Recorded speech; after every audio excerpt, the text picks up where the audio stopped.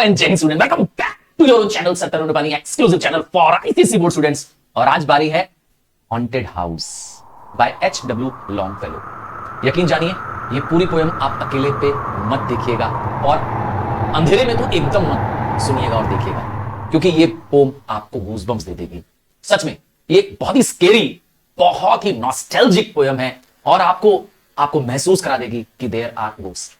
हाँ, ये पोएम आपको यकीन दिला देगी कि आपके और मेरे आसपास हर वक्त घोस्ट मौजूद हैं।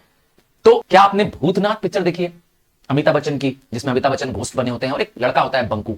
जरूर। तो एक अच्छे घोस्ट की कल्पना करिए, एक ऐसा घोस्ट जो किसी को नुकसान नहीं पहुंचाता है, मार काट नहीं करता है, हाँ बुरे काम नहीं करता है, ऐसे घोस्ट की ये पोएम है। तो चलिए लाइन बाय लाइन आपको बताऊंगा, एक एक लाइन, एक एक वर्ड का मीनिंग भी बताऊंगा और एकदम सिंपल लैंग्वेज में आपको ये पोएम खत्म कराऊंगा। तो चलिए स्टार्ट करते हैं। Haunted houses.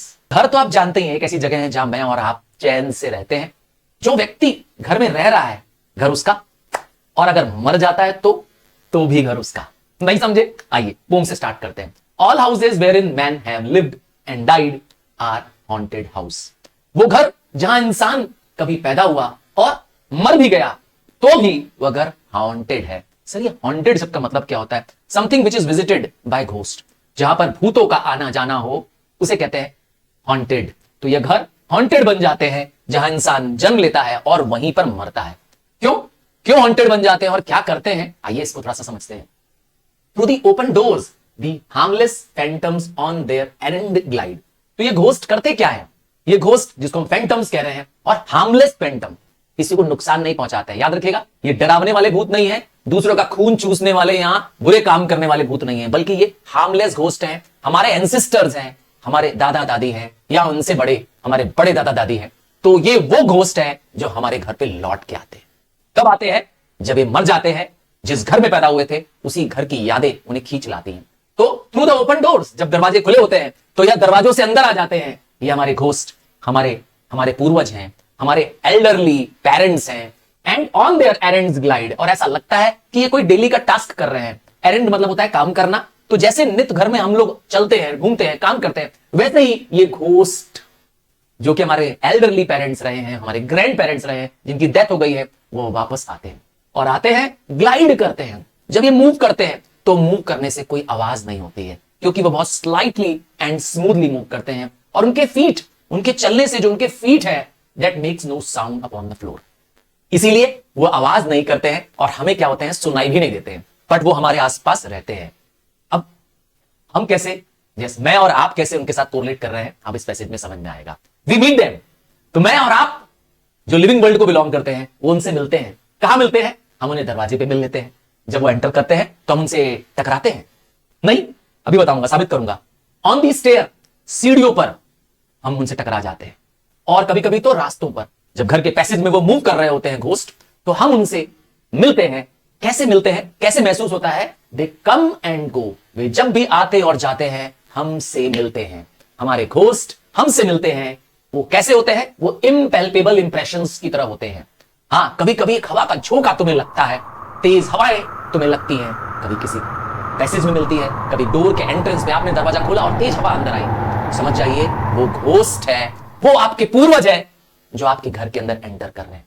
तो घोस्ट एक एयर की तरह, एक न महसूस करने वाला, आप देख नहीं सकते। याद रखिएगा, आप इम्पैल्पेबल का मतलब होता है something that can not be felt physically आप उसको देख नहीं सकते हैं, बट वो एयर के ब्लो की तरह आपकी बॉडी को छूते हुए अंदर चले जाते हैं। A sense of something moving to and fro. तो वो आपके घर में टू एंड फ्रो मूव करते हैं। आप उसका सेंस कर सकते हैं, बट आप उनको देख नहीं पाएंगे। You can feel but you can not see them. वैसे है घोस्ट ये। There are more guest at the table than the host invited. तो अगर डाइनिंग का टाइम चल रहा है, पार्टी चल रही है घर में, और आपने बहुत सारे गेस्ट को इनवाइट किया है, पर जितने गेस्ट आप इनवाइट करते हैं उससे ज्यादा गेस्ट घर पे होते हैं। आपको नहीं दिखते हैं, आपको नहीं सुनाई देते हैं, पर आपके घर में वो घोस्ट आपके गेस्ट के रूप में आपके घर पे रहते हैं। और जब आपके कमरे, द इल्यूमिनेटेड हॉल, जो आपका हॉल है, जो जगमग कर रहा है रोशनी से, क्योंकि पार्टी है, क्योंकि लोग एंजॉय कर रहे हैं, तो द इल्यूमिनेटेड मतलब जहां बत्तियां चल रही है, lighted hall is thronged with the quite. तो वहां पर बहुत सारी भीड़ है, बहुत सारे लोग आए हुए हैं। थ्रॉन्ग मतलब क्राउडेड होता है, बट फिर भी वहां उस क्राउडेड रूम में भी कौन है? एक क्वाइट इनऑफेंसिव घोस्ट है। तो एक नहीं है, अनेक घोस्ट हैं वहां पर जो कि शांति से उस पार्टी को एंजॉय कर रहे हैं। वो इनऑफेंसिव है, याद रखिएगा, यहां पर घोस्ट हार्मलेस है, इनऑफेंसिव है, मतलब किसी को नुकसान नहीं पहुंचाते हैं। तो ये घोस्ट वहां मौजूद होते हैं आपके घरों में, as silent as the pictures on the wall. तो घोस्ट को सिमिली के रूप में बताया गया है कि they are like the pictures. अब आप घर में आइए, क्या पिक्चर्स आपसे बात करती हैं? नहीं। तो उसी तरह से ये घोस्ट भी आपसे कम्युनिकेट नहीं करते हैं। पर ध्यान दीजिएगा, पर ये घोस्ट वहां हर वक्त रहते हैं, उनका प्रेजेंस रहता है, पर वो प्रेजेंस साइलेंस में, क्वाइटनेस में, इसीलिए they are represented as picture on the wall. और अब देखिए ये पैरा आपको एक कहता रोंगटा खड़ा कर देगा आपका। हाँ, थोड़ा इसको ध्यान से सुनिएगा, क्योंकि ये पैरा क्या कहता है? The stranger at my fireside can not see the form I see. तो यहां पर स्पीकर कह रहा है कि जो मेरे साथ बैठा एक व्यक्ति है, क्योंकि वो व्यक्ति जो मेरे साथ बैठा है फायर साइड के पास, फायर साइड मतलब जानते ही हैं जहां पर आग जलती थी घर में ना, तो ठंडे प्लेसेस में तो आप जानते ही लोग आग जला के बैठे होते हैं। तो मेरे बगल में बैठा जो स्ट्रेंजर है वह वो नहीं देख पा रहा है शेप्स को जिनको मैं देख पा रहा हूं। अब आप समझ गए ये जो स्पीकर है वो कौन है? जी हां, ये स्पीकर खुद एक घोस्ट है। तो यहां पे जो कहानी नरेट हो रही है, यहां पे जो पोम चल रही है, नरेट हो रही है, वो एक घोस्ट नरेट कर रहा है। तो घोस्ट खुद महसूस करता है कि जो लिविंग पर्सन है वो शेप्स नहीं देख सकता, वो फॉर्म्स नहीं देख सकता, क्योंकि इंसानों को घोस्ट नहीं दिखाई देते हैं, पर घोस्ट को घोस्ट दिखाई देते हैं। तो ये कहता है जो घोस्ट मैं देख सकता हूं, जो शेप्स मैं देख सकता हूं, वह इंसान जो जिंदा है वह नहीं देख सकता है। Not here the sound I hear, और न तो वह आवाजें सुन सकता है जो मैं सुन सकता हूं। याद रखिएगा, घोस्ट के पास सुपर नेचुरल पावर्स होते हैं, वो सब कुछ देख सकते हैं जो आप और मैं खुली आंखों से नहीं देख सकते हैं, और वही चीज वह सुन भी सकते हैं जो आपके और मेरे कान सुनने के लायक नहीं है। तो कहता है he perceives, he but perceives what is. यहां ही कौन है? यहां ही है वो लिविंग व्यक्ति, यहां ही है वो लिविंग व्यक्ति जिसके लिए वो कहता है स्ट्रेंजर। तो घोस्ट बताता है, घोस्ट यहां नरेट कर रहा है इस पोम को, और कह रहा है कि मेरे बगल में बैठा एक लिविंग व्यक्ति, एक जीवित व्यक्ति, वो परसीव कर सकता है, वह महसूस कर सकता है क्या है, व्हाट इज। तो he can see what is presently, जो अभी चल रहा है करंट सिचुएशन में, यही देख सकता है जो कि आप और मैं भी कर सकते हैं। अभी तुम मुझे देख रहे हो करंटली, क्योंकि तुम और मैं दोनों लिविंग हैं। हाँ, तुम मेरी आवाज भी सुन सकते हो, ध्यान से सुनिएगा, और वो जो अभी तुम्हारे स्पीकर से आ रही है। तो एक लिविंग व्यक्ति वही देख पाता है जो करंट में है। क्या हम पास्ट देख सकते हैं? क्या हम पुरानी आवाजें सुन सकते हैं? जवाब है नहीं। पर यहां पर देखिए घोस्ट क्या कहेगा अपने बारे में, वाई अनटू मी, मतलब it's not with me, I can see, मतलब अपने ऊपर ये अप्लाई नहीं होता है, घोस्ट के ऊपर ये लाइन अप्लाई नहीं होती है। क्या? कि वो बीती हुई बातों को भी देख सकता है। All that has been is visible and clear, उसे तो वह सब कुछ जो बीत चुका है वह सब कुछ क्लियर और विजिबल है, दिखाई भी दे रहा है और एकदम साफ साफ सुनाई भी दे रहा है, क्योंकि घोस्ट के पास सुपरनेचुरल पावर्स होते हैं। यहां पर घोस्ट कह रहे हैं कि हमारे पास कोई टाइटल डीड नहीं है। टाइटल डीड क्या होता है? जिससे पता चलता है कि आप किसी प्रॉपर्टी के ओनर हैं। हाँ, एक डॉक्यूमेंट, जैसे आप जमीन खरीदते हैं तो रजिस्ट्री करा लेते हैं, तो रजिस्ट्री के डॉक्यूमेंट्स आपके क्या है? Title deed. तो यहां पर वो कह रहे हैं कि हमारे पास किसी हाउस की, किसी लैंड की अब टाइटल डीड नहीं है। आप तो जानते हैं जब कोई मर जाता है तो उसकी ओनरशिप अपने आप उसके डिसेंडेंट्स को मिल जाती है, उसके हायर को मिल जाती है। तो इसी तरीके से जब वो जो मैन मर गए हैं, अर्थात हमारे जो एंसेस्टर्स हैं, वो डेथ हो गई है उनकी, तो उनकी टाइटल डीड से ऑब्वियस सी बात है उनका नाम हट करके उनके हायर का नाम आ जाता है। तो वो कह रहे हैं घोस्ट कि हमारे पास अब कोई भी ओनरशिप नहीं है लैंड की, हमारे मरने के बाद ओनरशिप चले जा चुकी है। जो ये घोस्ट है, जरा इनका एक टेरिबल सिचुएशन सुनिएगा क्या होने वाला है। Owners and occupants of the earlier dates, ये पहले इस प्रॉपर्टी के, इस हाउस के ओनर थे। अर्ली डेट्स मतलब पहले, जब वो जिंदा थे। बट अब क्या हो रहा है? From graves forgotten stretch their dusty hands. और आप इमेजिन करिए एक सिचुएशन, एक सीन इमेजिन करिए कि कब्र से जो हमारे डिसेंडेंट्स हैं, ओल्ड फोरफादर्स हैं, उनका हाथ बाहर निकल रहा है और वो हाथ धूल से, डस्ट से सना हुआ है, और वो आगे बढ़ रहा है क्या पाने के लिए? यही हाउस पाने के लिए। तो वो इस प्रॉपर्टी को, इस घर को छोड़ के नहीं जाने वाले हैं, वो यही रहेंगे, इसी घर में रहेंगे और हमारे साथ रहेंगे। कौन? हमारे एंसेस्टर्स जो पहले थे जिंदा, अब वह जिंदा नहीं है, वो घोस्ट के रूप में हमारे घरों में है। आप कई बार आपको महसूस होता है कि बगल वाले कमरे से कुछ आवाज आ रही है, नहीं? कभी पर्दे हिलते हुए नजर आते हैं, कभी कोई गेट अपने आप खुल जाता है। तो आप समझ जाइए कि वो उनकी मौजूदगी है। इसका मतलब है कि वो घोस्ट के रूप में आपके घर में मौजूद है। And hold in mortmain still their old estates. तो ये घोस्ट क्या करते हैं? ये घोस्ट आज भी होल्ड करते हैं अपना इस प्रॉपर्टी में। उन्हें लगता है कि ये प्रॉपर्टी, ये घर, ये जायदाद उन्हीं का है और उसको कभी ना छोड़ने वाला इनएलिएनेबल पोजेशन, मतलब हमेशा के लिए अपने अंडर में रखना चाहते हैं। इसीलिए मरने के बाद भी वह घर को त्यागते नहीं है। वो इसी घर में क्या करते हैं, घूमते रहते हैं। कभी पैसेज में मिलते हैं, कभी स्टेयर्स में मिलते हैं और कभी यूं ही मिल जाते हैं। आइए आगे देखते हैं। इस पोम में आगे कुछ और ऐसा एलिमेंट है जो आपको चौंका देगा। ध्यान से सुनिएगा आप। The spirit world around this world of sense. याद रखिएगा, मैं और आप जो जी रहे हैं जिस दुनिया में, उसका नाम है वर्ल्ड ऑफ सेंस, क्योंकि मैं और आप अपने सेंसेस से उन्हें महसूस कर सकते हैं। हमारे पास 5 सेंस ऑर्गन्स हैं जिनसे हम क्या कर सकते हैं, इस पूरी दुनिया को महसूस कर सकते हैं। आंख, नाक, कान, टंग, याद है स्किन। तो ये 5 सेंसेस हमारी लिविंग दुनिया का ये पहचान है। और ये स्पिरिट वर्ल्ड क्या है, ये वर्ल्ड ऑफ घोस्ट है। तो हमारे इस सेंस वाली दुनिया में, इस जीवित लोगों की दुनिया में चारों तरफ घोस्ट और स्पिरिट्स हैं। लिखा है ना, the spirit world around this world of sense float. तो कौन फ्लोट कर रहा है हमारे चारों तरफ? हमारे चारों तरफ एटमॉस्फेयर की तरह ये वर्ल्ड ऑफ घोस्ट है। वर्ल्ड ऑफ घोस्ट हवा के रूप में हमारे चारों तरफ है और हम इसे देख नहीं पाते। एंड एवरीवेयर, और हर जगह ये spirit of the world of spirit, ये जो घोस्ट की दुनिया है, ये हर जगह है और पास करती है टू द अर्ली मिस्ट। तो ये आते कहां से हैं? ऐसा माना जाता है जहां धरती पे कोहरा है, मिस्ट, घना कोहरा छाया हुआ है, हाँ फॉगी जहां पर है, मतलब समझ लीजिए, और जहां पे वेपर्स हैं, जहां पर मॉइस्चर है, वेपर है, वहां पर ये क्या करते हैं, ये पाए जाते हैं। वहीं से ये मूव करके धरती में आ जाते हैं। मतलब ये एयर में मौजूद रहते हैं घोस्ट, और जहां पर डेंस फॉग होता है, जिसे मिस्ट कहते हैं, यहां वेपर्स होता है, वहां से ये क्या करते हैं, देखिए वहां से मूव करते हुए धरती के अंदर आ जाते हैं। From there they enter into the world of sense. तो इस तरीके से हर जगह मौजूद है। A vital breath of more ethereal air. तो एक तरह से समझिए, ये दूसरी दुनिया जो वर्ल्ड ऑफ स्पिरिट है, हमारे साथ हर वक्त कनेक्टेड है, हमारे साथ हर वक्त मौजूद है, हमारे एयर में मौजूद है। लिखिए, लिखा है एथरियल एयर, मतलब होता है अदर वर्ल्डली एटमॉस्फेयर। तो हम अपनी ब्रेथ में जो एयर ब्रीथ कर रहे हैं, उसके अलावा ये भी एक एयर है, एयर के रूप में हमारे चारों तरफ मौजूद है। तो आप कल्पना करिए कि आप जो एटमॉस्फेयर देख रहे हैं, आप जो फॉगीनेस देख रहे हैं, क्लाउड देख रहे हैं, समझ जाइए वहां पर सब जगह यही मौजूद है। वहां पर ये घोस्ट के रूप में मौजूद है। Our little lives are kept in equipoise. अब यहां पर हमारे लिए है, हम लोग हैं, हमारी लाइफ जो है, मेरी और आपकी लाइफ जो है, वो एक बैलेंस्ड में है।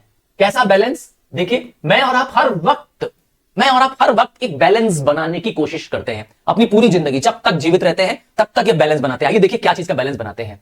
Bye opposite attractions and desires. दो चीजें हैं हमारे पास, कुछ पाने की लालसा, चाहत है, और कुछ इच्छाएं हैं। तो कुछ इच्छाएं पूरी हो पाती हैं और कुछ सिर्फ इच्छाएं बनी रह जाती हैं। तो ये इनका बैलेंस हमारी लाइफ में हर वक्त चलता रहता है। मतलब आओ मैं एग्जांपल से बताता हूं और तुम्हारे एग्जांपल से बताता हूं। तुम्हारी इच्छा है नंबर सबसे बेस्ट आए, तुम चाहते हो कि क्लास में तुम टॉप कर जाओ, 95 प्लस मार्क्स आ जाए, तो ये तुम्हारी तो डिजायर है, ये what you really want in your life. But दूसरा चीज है, तुम्हारा मन भटकता है एंजॉयमेंट करने का, मस्ती करने का, मूवी देखने का, मोबाइल में रहने का। तो ये दो अपोजिट चीजें हैं हमारे साथ एक साथ चल रही है। एक जो हमें एंजॉयमेंट दे रहा है, हमारे लिए एंटरटेनमेंट हो रहा है, जहां पर मस्ती हो रही है, जो हमारा दिल करता है, और एक वो जो हम चाहते हैं। दो अलग अलग चीजें हैं। हम इन दोनों के बीच में क्या करते हैं, बचे रहते हैं, हाँ कह सकते हैं बटे रहते हैं। हम इन दोनों के बीच में एक बैलेंस बनाने की कोशिश करते हैं। आपके और मेरे साथ हर वक्त यही चल रहा है। The struggle of the instinct. तो ये हमारी जो फीलिंग है, इंस्टिंक्ट है, हमारा जो नेचुरल हर चीज के प्रति रिएक्शन है, वो एंजॉय करना चाहता है। मैं और आप हर वक्त क्या करना चाहते हैं, एक लाइफ को एंजॉय करके जीना चाहते हैं जीना जियो तो मौज से जियो। यस और नो? आप ऐसे कहेंगे कि मैं और आप बाय नेचर एंजॉय करना चाहते हैं, जीवन मजे से जीना चाहते हैं कि लाइफ का हर पल एंजॉय करें। बट हमारी जो डिजायर्स है, जो ऊंचा बनने की कामना है, वो हमें एंजॉय करने से रोकती है। ये रही दूसरी लाइन वो। And more noble instinct aspire. तो हमारी जो एस्पिरेशंस है, हमारी जो एम्स है, हमारे जो एंबिशन है, हमें एंजॉय करने से रोकते हैं। देखिए, हम एंजॉय चाहते हैं, पक्का है ये बात, आप और मैं चाहते हैं मस्ती करें, एंजॉय करें, मेहनत भी ना करना पड़े और हर वक्त खुश रहें। पर क्या होगा हमारी ड्रीम्स का, क्या होगा हमारे एम्स का? भाई एम्स को पाने के लिए तो पसीना बहाना पड़ेगा, तो एंजॉयमेंट छोड़नी पड़ेगी। इन दोनों का बैलेंस आपको और मुझको पूरे जीवन भर करना है। मैं और आप हर वक्त इसी बैलेंस से गुजर रहे हैं। इस वक्त आप पोएम जो पढ़ रहे हैं हमारे साथ, वो आपके लिए एक मेहनत है, एक तैयारी है। क्यों? क्योंकि आप चाहते हैं बोर्ड में बेस्ट रिजल्ट लाना। तो हो गया ना, एंजॉयमेंट में, मस्ती मजाक में और एम पाने में बैलेंस बनाने का। यही बैलेंस हर वक्त चल रहा है। आगे बढ़ते हैं। दीज परम्यूटेशंस, तो हमारे माइंड में, मेरे और आपके, क्योंकि जब तक हम जीवित रहेंगे, याद रखिएगा, जब तक मैं और आप जीवित रहेंगे कुछ ना कुछ चिंताएं हमेशा रहेंगी। कहते हैं ना, मानसिक चिंता हमारे दिन में हमेशा भरी रहेगी। तो मेंटल डिस्टर्बेंस जिसे हम कहते हैं परम्यूटेशंस, तो ये परम्यूटेशंस किस बात का परम्यूटेशंस? पाने का और जो हमारी इच्छा है ना, जो हमारी इच्छा है, चाहत है हमारी, उसको पाने का और एंजॉयमेंट करने का, दोनों के बीच में एक झगड़ा चलता रहेगा। दिस परपीचुअल जार, यहां परपीचुअल जार क्या है? हमारी इमॉर्टल सोल। हमारा जो बॉडी है वो जरूर मर जाता है, याद रखिएगा, बट हमारी सोल जो है वो कभी नहीं मरती है। तो ये हमेशा क्या करती रहती है हमारी सोल? ध्यान दीजिएगा, अभ्यास लाइन शुरू हो रही है। Immortal soul of the early wants and aspirations high. हमारी सोल की जो चाहत है अर्थ से चीजें पाने की, हमें मटेरियल चीजें चाहिए, हमें जिंदगी को खुश रखने की बहुत सारी अर्दली चीजें चाहिए, घर चाहिए, बड़ी गाड़ी चाहिए, क्या कहते हैं, मोबाइल चाहिए। तो हम बहुत सारे अर्दली वांट्स, वो वांट्स जो धरती पे मिल सकता है, और हमारे एस्पिरेशंस हैं, हमारे जो होप्स हैं वो बहुत ऊंचे हैं। हम बनना बहुत कुछ चाहते हैं, पाना, एम बहुत हाई करना चाहते हैं, बट एंजॉयमेंट भी चाहते हैं, अर्दली वांट्स को पूरा करना चाहते हैं। तो ये सब डिजायर हमारे दिमाग में लाता कौन है? कभी सोचा आपने? आइए इसका जवाब भी है इस पोएट के पास। कहता है ये सब आपके दिमाग में जो फितूर है, ये जो आपके दिमाग में ये जो खुरापात है, कौन भरता है? It comes from the influence of an unseen star. कहते हैं ना कि आपके नक्षत्र आपके को काबू करते हैं, तुम्हारे बिहेवियर को, तुम्हारे रंग रूप को सब कौन काबू कर रहा है? कोई ना कोई तारा है तुम्हारा। हाँ, कोई ना कोई, कहते हैं ना, नक्षत्र है। तो वो नक्षत्र अनसीन नक्षत्र है, एक अनसीन तारा है, एक अनडिस्कवर्ड कोई प्लेनेट है जो आसमान में है, वो हमें इंफ्लुएंस कर रहा है, वो हमारे माइंड को इंफ्लुएंस कर रहा है, हमारे अंदर बदलाव ला रहा है, हमारे जो थॉट्स हैं, हमारे जो इंस्पिरेशंस हैं, उसके अंदर नित्य नए चेंज ला रहा है। इसी वजह से हम डिस्टर्ब रहते हैं, इसी वजह से मैं और आप हर वक्त परेशान रहते हैं। तो कौन परेशान कर रहा है? हमारे मेंटल पीस को कौन डिस्टर्ब कर रहा है? ये सितारा, ये एक अनसीन, ना दिखने वाला, एक ना खोजा गया, आज तक जिस प्लेनेट को हमने खोजा नहीं है, एक ऐसा प्लेनेट है जो हमें इंफ्लुएंस कर रहा है। वैसे आप सुने होंगे ना, शनि की महादशा है, राहु का काल चल रहा है, कभी सुना है ऐसा? तो वही उसी सितारे की तरह एक सितारा है, एक कहते हैं मनोदिशा है हमारी, जो कंट्रोल्ड हो रही है फ्रॉम हेवन। एक अननोन, एक अनडिस्कवर्ड, अनसीन स्टार है जो हमें इंफ्लुएंस कर रहा है। ये एक डिस्टर्बिंग फैक्ट है ना? सोचिए। अब ये स्टैंजा तो बहुत इंपॉर्टेंट है, ध्यान से देखिएगा। As the moon from some dark gate of cloud throws over the sea a floating bridge of light. यहां पर moon is always has been represented in the evil, है ना? मून का हमेशा ही कह सकते हैं कि डार्कनेस से और इवल से संबंध रहा है। हाँ, आप किसी भी कह सकते हैं इवल या डार्क मूवी का या घोस्ट की मूवी का बात करेंगे तो उसमें मून का सीन जरूर होगा। तो मून लाइट को यहां कंपेयर कर रहा है, एक पर्सोनिफिकेशन कर रहा है उसका, कि जैसे मून जो होता है, ऐसा लगता है कि मानो क्लाउड्स जो उसे रोके हुए थे उसको वो पार करके अपनी लाइट्स थ्रो कर रहा है। तो the moon appears from the dark clouds, और ऐसा लगता है कि वो अपनी लाइट्स जो थ्रो कर रहा है वो लाइट नहीं है बल्कि ब्रिज है। हाँ, ब्रिज, एक पुल है, फ्लोटिंग पुल है जो आसमान से धरती तक आ रहा है। ऐसा इमेजिन करिए कि मून की लाइट समुद्र में एक ब्रिज की तरह है, एक फ्लोटिंग ब्रिज की तरह मून की लाइट समुद्र में पड़ रही है। तो अब आप सोचिए, वाटर जहां फ्लोट करता हुआ नजर आ रहा है, तो शिमरिंग लाइट है ना, मून की लाइट कैसा नजर आती है? आइए देखिए। Across whose trembling planks our fancies crowd.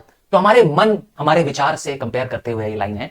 हमारा जो माइंड है हर वक्त कुछ ना कुछ ड्रीम करता रहता है, कुछ ना कुछ फैंसीफुल सोचता है, कुछ ऐसी चीजें जो संभव है या नहीं भी है, हम ऐसे बहुत सारी इमेजिनेशन सोचते हैं। उसी तरह से ये मून की लाइट भी है।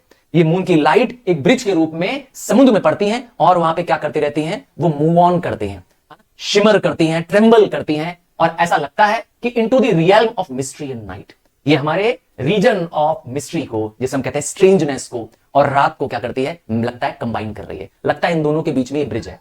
मून की लाइट एक ब्रिज के रूप में काम करती है, मिस्ट्री को, मतलब सेंस ऑफ स्पिरिट को और सेंस ऑफ अर्थ को, जिसे हम अर्ली लाइफ कह रहे हैं, दोनों को कनेक्ट करता हुआ नजर आ रहा है।